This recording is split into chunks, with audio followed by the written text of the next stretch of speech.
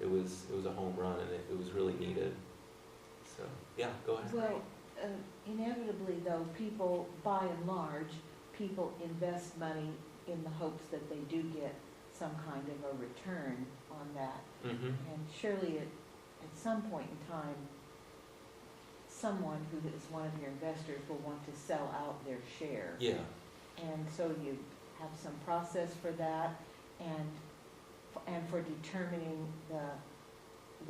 what the share, that person's share is worth, and we've.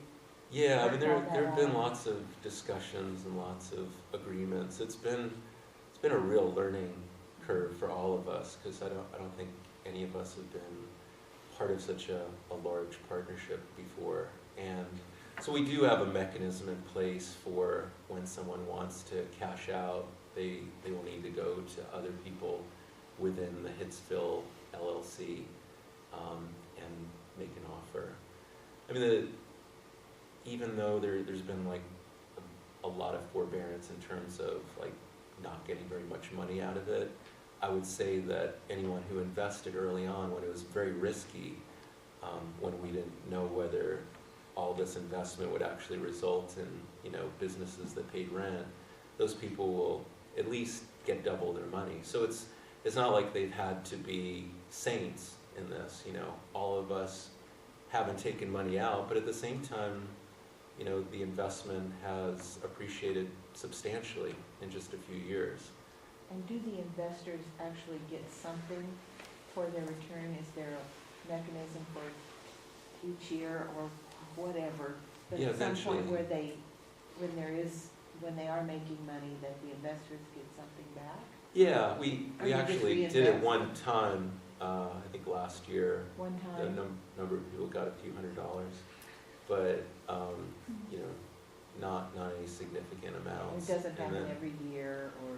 Yeah, I mean, I would say in about a year or two, there will be the opportunity to get a regular dividend. I think a lot of it's dependent on these businesses surviving a lot of challenges. The space was constructed very much with these businesses in mind. So, if Ragtag, for whatever reason, couldn't continue, we're looking at, having, as business owners, we'd have to convert, as building owners, we'd have to convert the space that has like, tiers, concrete tiers, and a projection booth. And, if Uprise didn't survive, we'd have this space that's made, with ovens, for venting of ovens, and it's and a walk-in cooler, very specific needs to these businesses. And that was part of the impetus behind wanting to hand tailor the space specifically for these businesses that we wanted to support. So that would be really tricky if any of these businesses had hard times. So it's not a slam dunk by any means as an investment. However, do you think that this group of investors that are committed to the downtown Columbia community concept, that they have been kind of key in trying to move that concept and help other people, or at least give them the vision to do this with other small business That's a ventures? good question. I mean, I think Margot could probably speak to this better. I think we've been sort of trying to figure out our own thing. I mean, there's a lot of really accomplished people in this group, but it's really unfamiliar waters for most of us. So we haven't been out on the trail saying, hey, look at us, we did this great thing, you could do it too. But you That's just sort of the think next as a phase. model, as a model, do you think that others have learned from that and say, oh, that's the kind of business I want to have? And Well, certainly out of town. I mean, we get inquiries all the time from other communities that want to start community art house theaters. I've probably talked to 20 over the last 2 years. I mean, it's pretty. Ragtag was among the first art house theaters that were able to do this combination of, a bar, restaurant, and theater. So it's been very influential in that way. As far as, the Hitsville space, you know, the idea of a number of homegrown businesses commingling, using, you know, local investment monies. I don't know if that's like taken off locally in the downtown. It's very difficult to pull off. I think that's what we figured out. You know, it's not that we were naive about how many details are involved, but there's just a long learning curve, as I said. We just sort of have fumbled our way to figuring out how to configure this over the course of 7 or 8 years. And I wasn't really just thinking about someone who's wanted to start an art movie theater, you know, but any other kind of business that's, Yeah. I mean, there have been a number of places, I think about Broadway Brewery, I don't know Yeah. exactly what their model is, but it seems to me That's good. that they kind of have this bug that you're talking Mhm. about. Yeah. About local in every way sort of thing, and maybe there's some others. Yeah, I mean, I think we have a lot of brothers Berlin and sisters in downtown Columbia. Broadway Brewery would be a great example. You know, Walker, years and years ago, started the Root Cellar, which was always a somewhat, I hope he doesn't mind me saying, it was a pretty marginal business. Uh-huh. I mean, it was a very He'd be the very first to say. well-intentioned and gave a lot, but it marginal in term financially marginal. And he finally hit upon this more winning idea of serving beer, and that I think it's succeeded much more Beer than and Root turnips, Cellar. those always went together. Yeah, and Cafe Berlin, I would say, was very much, you know, in line with what we were attempting to do.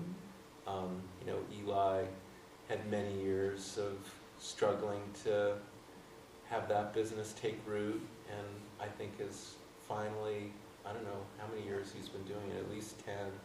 I think probably in the last year or two, he's sort of gotten a grip on things, and I think that will be around for a long time. Mod Vintage, you know, Sabrina Brain's just done remarkable things to get that to survive all these years. And the grandmother of all is Main Squeeze. Main Squeeze, yeah, which started, I think, more or less the same time as we did as a film society. So, you know, there are easily, you know, 10 or 12 businesses that have been around a good long while that are very, very independent and have, you know, kept things going and are growing. Can people buy into your business? Hitsville, as far as being the building owner, Well, just the whole business, whatever the business means, whether it's the yeah, it's sort building of or a the- complex beast. So there's Hitsville, and this never makes any sense to anyone, including ourselves. So there's Hitsville, which is this group of about a dozen individuals who've each chipped in money for the building to be, they bought the building, they refurbished the building, they keep the building up.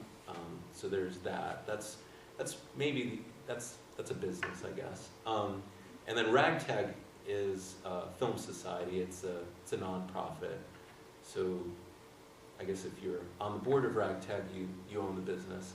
Uprise is a for-profit business, but it's owned by just a couple people. And 9th Street Video is owned by a couple of people, and Hitsville, or Hit Street Records is owned by a couple of people. So there probably aren't a ton of opportunities to buy in just yet. Yeah, it's probably you could say it's a mature business right now. I know that's not the right A mature business that's always on the edge of... kind of mature. Yeah. Yeah. So maybe we should just turn a little bit to another model, which Yeah. is what Molly Freebairn's talking about with the solar ideas that some people might be able to do something with investment into solar. Well, there's some similarities. It's not mature yet. Oh, no. It's immature It's business. almost back to square one now. But I read recently that, yeah, in more economically depressed areas where there's a lot of empty storefronts, that a similar business model where a group of investors gets together and puts in a business, you know, and then they don't have the high rent cost, presumably, then that can can turn around a neighborhood. Well, so Molly, tell us kind of what you're thinking about with Show Me Solar. Well, Show Me Solar got its start back in '06, '07, just a little bit before my time, after, you know, a decade or so of us hearing the reports about climate change and knowing that it was time to get cracking on that, and the EPA wasn't taking meaningful steps, and the state of Missouri was not taking meaningful steps.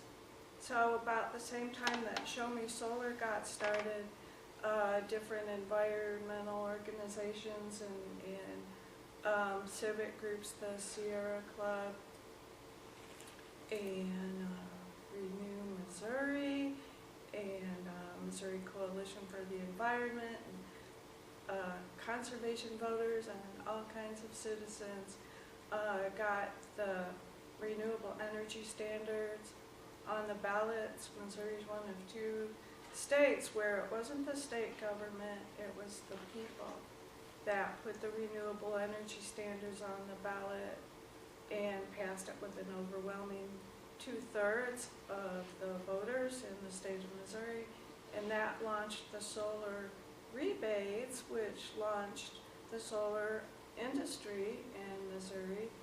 And once they worked out the kinks in the legislature and the PSC and gave it the go-ahead, and from 2010 to 2013, so 4 years, the solar rebates really launched the solar industry and created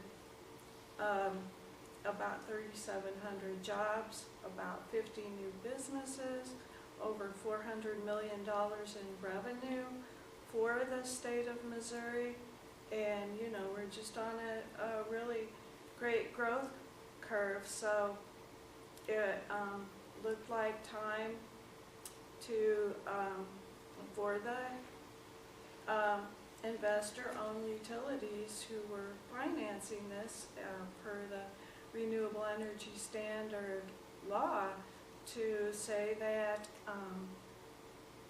they had reached their cap, that they had paid out the amount that they needed to for the solar rebates. And that is debatable. That is currently the subject of a lawsuit by a group of solar energy installers and homeowners that would still like to have the benefit of the solar rebate, called Save Our Lawfully Authorized Rebates. So it is possible that the solar rebates could be reinstated anytime soon. But basically, they have been shot down, and when I was at the Missouri Solar Energy Industries conference this year, they said that about half of the solar installers that had just started into business and were at the conference last year in 2014 were no longer there. So it's really sad to see, you know, that kind of hard work and investment and economic development just, you know, nosediving, and so many businesses are in free fall. Now, I just came back from the legislature. Show Me Solar was and still is a nonprofit educational organization that advocates for solar, holds workshops and different types of project solar tours to promote solar energy. And we kind of got on the back burner when the solar rebates were stimulating the business, and people were able to afford solar, or more people were. The problem is, now that we're back to square one, is the fact that so many people still were not able to afford solar. And so that is something that Show Me Solar really wants to work to address, because what it looks like could be happening now is that only really wealthy businesses and homeowners are going to be able to afford solar in Missouri, going forward. Now the legislature, now the state government does have a vested interest in not letting solar and wind go away entirely. Tomorrow, the Comprehensive State Energy Plan will release their draft energy plan for Missouri, and then we will see what they are thinking of in terms of how much solar and wind there will be in Missouri. But what is required by the Renewable Energy Standards Law is 21% of Missouri's electricity to come from renewables by 2021. 15% of renewable energy by 2021. Might have switched that around. And What percent are we at right now? I think we're supposed to be at about 5%. Now solar is less than 1%